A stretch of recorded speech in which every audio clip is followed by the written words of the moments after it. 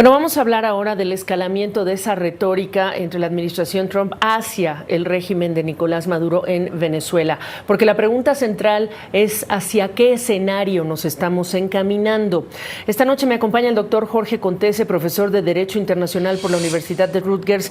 Gracias por estar con nosotros desde Miami. A ver, primero vamos a enlistar las principales acciones, en tu opinión, de la administración Trump, que son las más destacadas para entender en dónde estamos. ¿Cuáles nombrarías?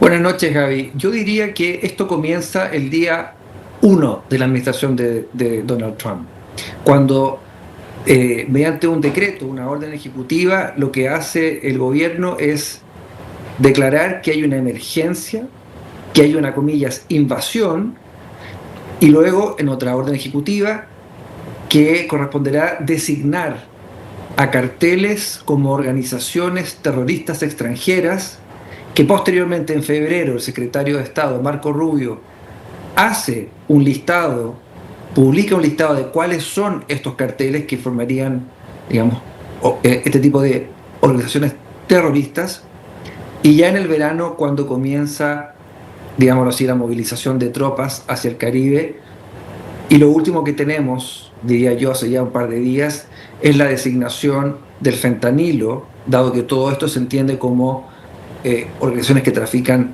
drogas, fentanilo en particular, la designación, como digo, del fentanilo como un arma de destrucción masiva, ¿no? Esto sería lo último, creo yo, en esta cadena, es el último eslabón en esta cadena de decretos que van cimentando el fundamento o el pretendido fundamento jurídico para lo que estamos viendo hoy día. Yo agregaría, si me permites, salvo tu mejor opinión, por supuesto, doctor Contese, esta declaratoria, no solamente ayer del bloqueo de los petroleros, sino también declarar al gobierno de Nicolás Maduro como una organización terrorista extranjera, como otro de los puntos dentro de lo que queremos armar, es un rompecabezas. Con eso ya puesto sobre la mesa, ¿en dónde estamos? ¿Hacia dónde vamos? Tienes toda la razón.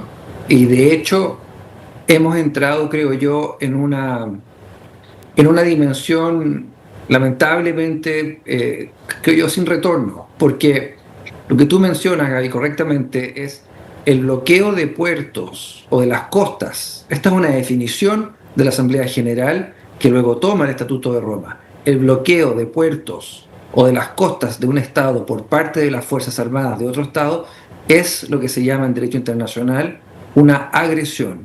Una agresión es, digámoslo así, el ejemplo claro de una violación de la Carta de Naciones Unidas, y por lo tanto estamos ya en el terreno de la guerra. Estamos hablando de actos que se califican, como lo han hecho algunos congresistas en los Estados Unidos, como actos de guerra. Por lo tanto, desde el punto de vista de este rompecabezas, la impresión que uno tiene viendo esta trayectoria desde enero hasta ahora es que ya se está armando, lamentablemente, lo que parece ser el camino ya inmediato hacia el inicio de hostilidades.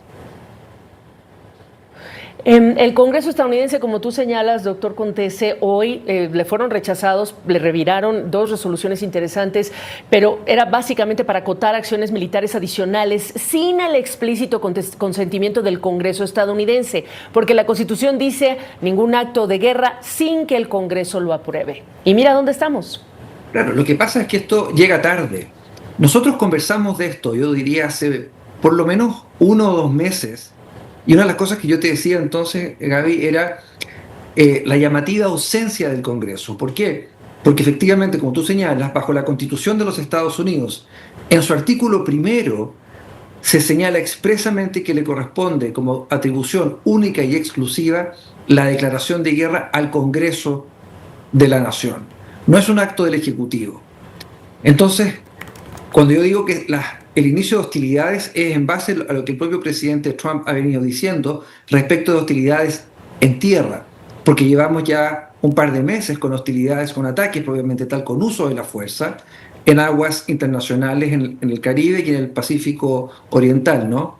Entonces, lo que estamos viendo es, como digo, creo yo, una acción del Congreso que era correcta, pero muy tardía, y como tú has señalado, esto no ha tenido fruto, es decir, se rechazaron las 2 resoluciones que se habían presentado, y por lo tanto la posibilidad de que el Congreso sirva de un freno o de un contrapeso a la acción del Ejecutivo, que es una acción como se está evaluando, ilegal desde el punto de vista de la Constitución a nivel doméstico, pero además ilegal desde el punto de vista del derecho internacional, no ha tenido lamentablemente éxito.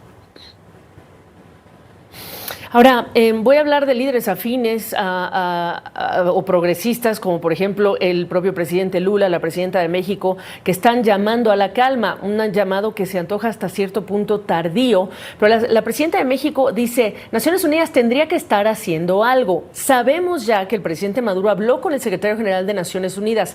Lo interesante es que dice, bueno, que lleven el caso al Consejo de Seguridad de Naciones Unidas y tú sabes muy bien lo que pasa dentro de ese consejo, los desenlaces que simplemente no frenan a ningún Estado que está haciendo alguna agresión frente a otro. ¿Qué piensas del papel de Naciones Unidas?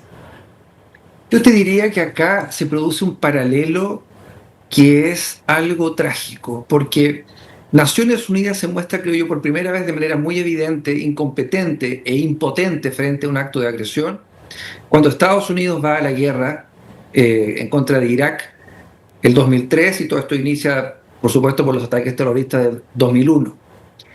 El Consejo de Seguridad de Naciones Unidas es el órgano que está llamado por la Carta de Naciones Unidas a velar por el mantenimiento de la paz y la seguridad internacional. Pero es una arquitectura que ya está obsoleta, como lo ha dicho por lo demás el actual secretario general de la organización, ¿no?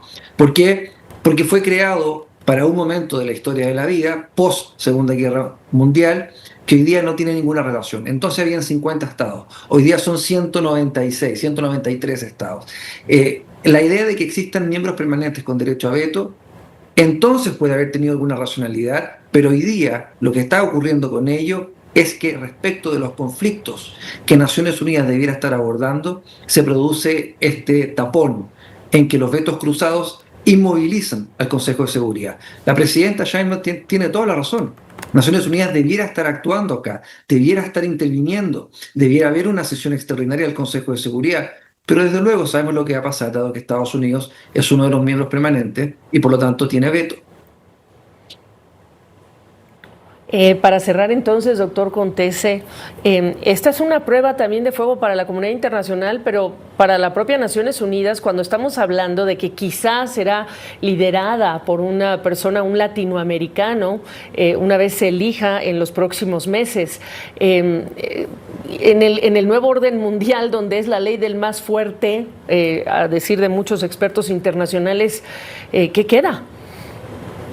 Lo que queda es un esfuerzo por un liderazgo que sea capaz de, yo diría, volver a los cimientos básicos de Naciones Unidas, que es el mantenimiento de la paz y del orden internacional, que efectivamente se espera que le corresponda a un latinoamericano, y yo diría, ojalá a una latinoamericana. Naciones Unidas nunca ha estado liderada por una mujer, y se dice que este es el momento que debiera ser no solo una persona de Latinoamérica, sino una mujer. Que lo que deba buscar ese liderazgo es, como digo, una posibilidad de mirar hacia adelante, creo yo, hasta los 100 años de Naciones Unidas, que se cumplen nada menos que en 20 años, pero tomando como base cuál fue la razón por la que se creó esta organización, ¿no? Hace 80 años. Por lo tanto, el llamado de la presidenta Sheinbaum yo creo que es muy importante y va en esa dirección, de cómo es que la organización se va a poner a la altura de este conflicto. Pues sí, ¿cómo se va a poner a la altura de este conflicto? Profesor Contese, gracias por la oportunidad de este análisis. Buenas noches. Buenas noches.